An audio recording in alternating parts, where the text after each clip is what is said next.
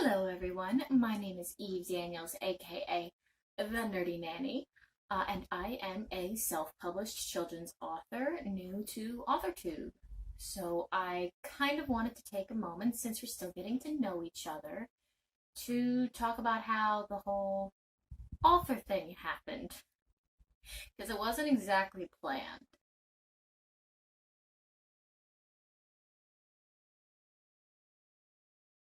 And since we're all still sort of getting to know each other, I thought now was a good time to document sort of my journey down the authorly process thus far. Sounds so formal when I say it like that. Um, if for nothing else, it'll be a fun way to look back 10 years' time. So let's get started. I did not set out to be an author. I know that sounds kind of silly. I have five, 4.5 kids books out right now, and at least 3 more in development. So it seems a little strange when I say that being an author wasn't the goal at the time. I've always written, and I've always loved writing. At the time, I was writing predominantly fan fiction, though. I did want to get a book published when I was 10, but that was when I thought you just sent your book to the book people, and they turned it into a book, and then millions of people bought it. Isn't that how it works? Cute. I was originally pursuing a science degree when I went off to college. I ended up switching to a business degree for more practical reasons. Grad school in the US would have been unmanageably costly for me, so there's not much you can do with a bachelor's degree in biology. You can do more with a bachelor's degree in business. So at the time, I was finishing my college degree. I was going to school full time, and I was working 20 to 30 hours a week at the bakery of a local grocery store. I was also a part-time to full-time nanny, about 20 hours a week for a family down in Boca. It wasn't until I was actually at my nanny job, tucking the girls into bed, and we were reading bedtime stories over and over and over and over again, that the whole kids book author thing kind of happened. After about the 10 millionth bedtime story, when I tucked them into bed, I had this little thought in my brain, and it wouldn't be quiet. It just kept going around and around and around, and I'd been writing enough sort of recreationally to know that it wasn't going to leave my head until it was down on paper. So I sat down on their couch that night after tucking the girls in, and I pulled out my laptop, which I brought to do homework, and a half an hour later, I had most of the kids' book. The thought was still in my head, though, so then I went home and stayed up way too late. About an hour after that, I had all of the kids' book. And I'm sitting there in front of this laptop looking at it going, huh, that's new. Good night. I wasn't planning on doing anything with it. It just sort of sat there. But at some point, I gave some thought to, well, maybe I should try to get this published. So I tried illustrating myself, quickly realized I can't draw. Tried hiring an illustrator, that didn't go well.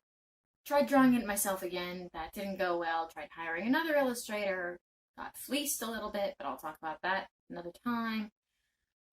Gave up, put the whole thing away, and it wasn't until like a year later that I pulled it out again, and I was like, well, okay, I'll give it another shot, the whole illustration and publishing thing. So I tried drawing myself, but at the same time I was looking for another illustrator, and that's actually when I found my current illustrator, Clementine, who is amazing. I had no idea what I was doing. I was venturing into the world of self-publishing, and I didn't even know that's what it was. So I was like, well, I'll go the regular way, because I don't understand this whole self-publishing thing. This looks complicated and scary. I'll just go straight to the publishers.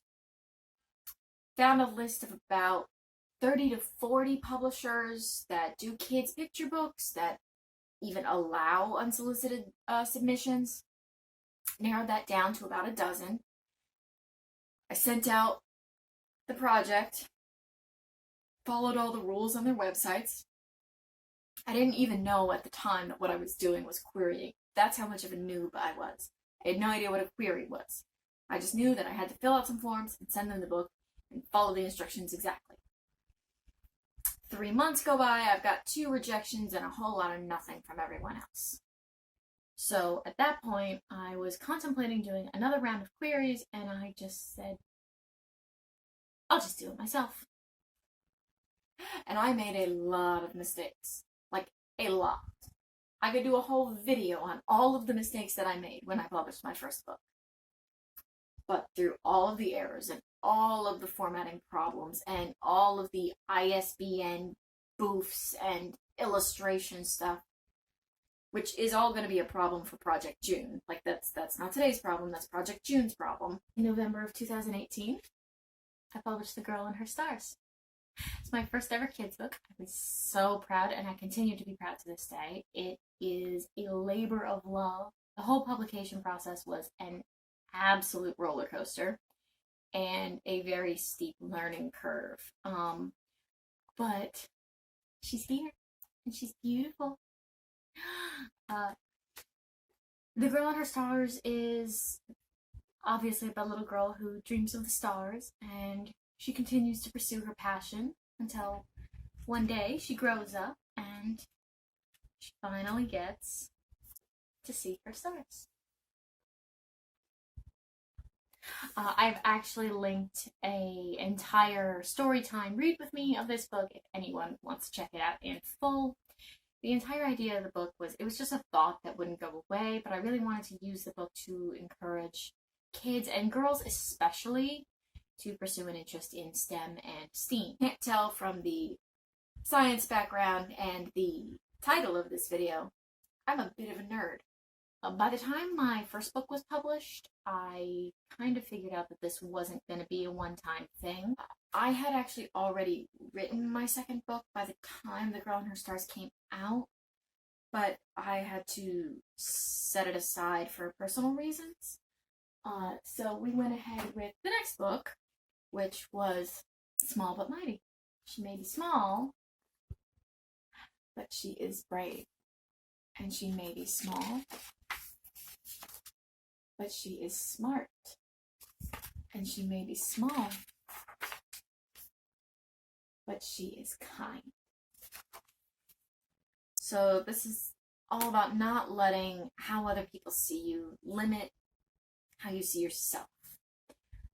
So the second book I wrote, but the third one that I published was Pancakes Aren't for Puppies.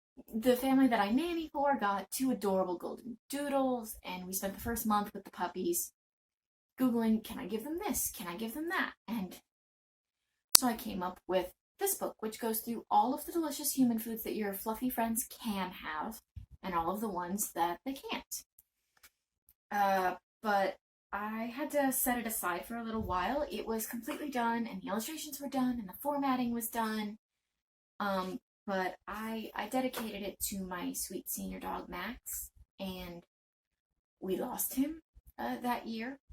So I needed some time to set the project aside before I could look at it again. My fourth book I actually don't have a copy of because the world ended. It's called Alex, and it was all about not letting gender identities skew your interests or dictate what you are or are not allowed to enjoy.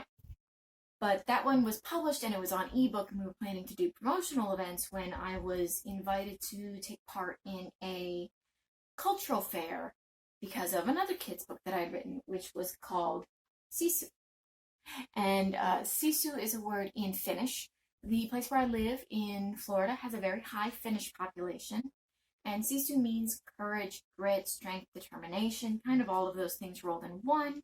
So this is just a book explaining sort of the concept of Sisu to any kids who maybe were born this side of the pond but don't have a frame of reference. I am going to do more of these coming up. The books that I try to create are ones that share a positive message or are educational or teach a lesson. I try to create books that I'm excited about, but also that I'm excited to share with the world and to share with the kids that I nanny, to share with my nephews. So we were all gearing up for all kinds of live events, and I was working with the Literacy Coalition to do a STEM Storytime project. And then the world ended and everything got put on pause. And now it's summertime and the world is still on pause. And it's looking like it's going to be fall and the world might still be on pause. So obviously COVID and the coronavirus situation has changed whatever plans that I had for the coming months.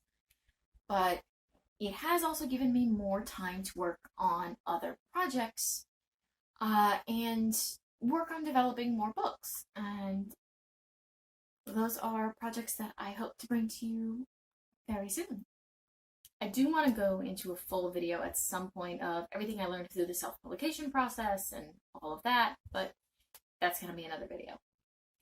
So that's it. That is my author journey so far. I do want to get more into detail about the publishing process and all of that, but and if you want to know more about my books, I'll have the Amazon links down below, and you can always watch the Girl and Her Star Storytime video up on YouTube now.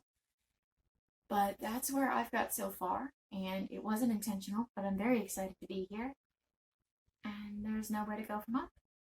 So we'll see what happens next.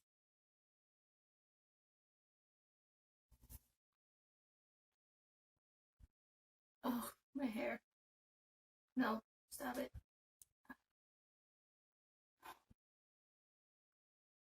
That's as good as it's gonna get. Alright. Where's my tea? And we're not gonna focus.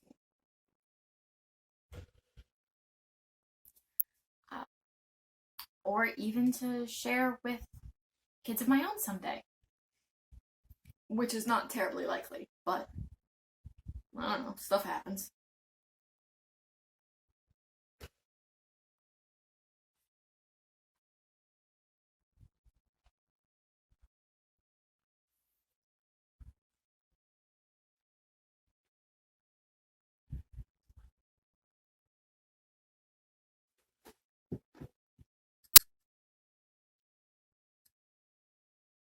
I should probably clean up my dresser.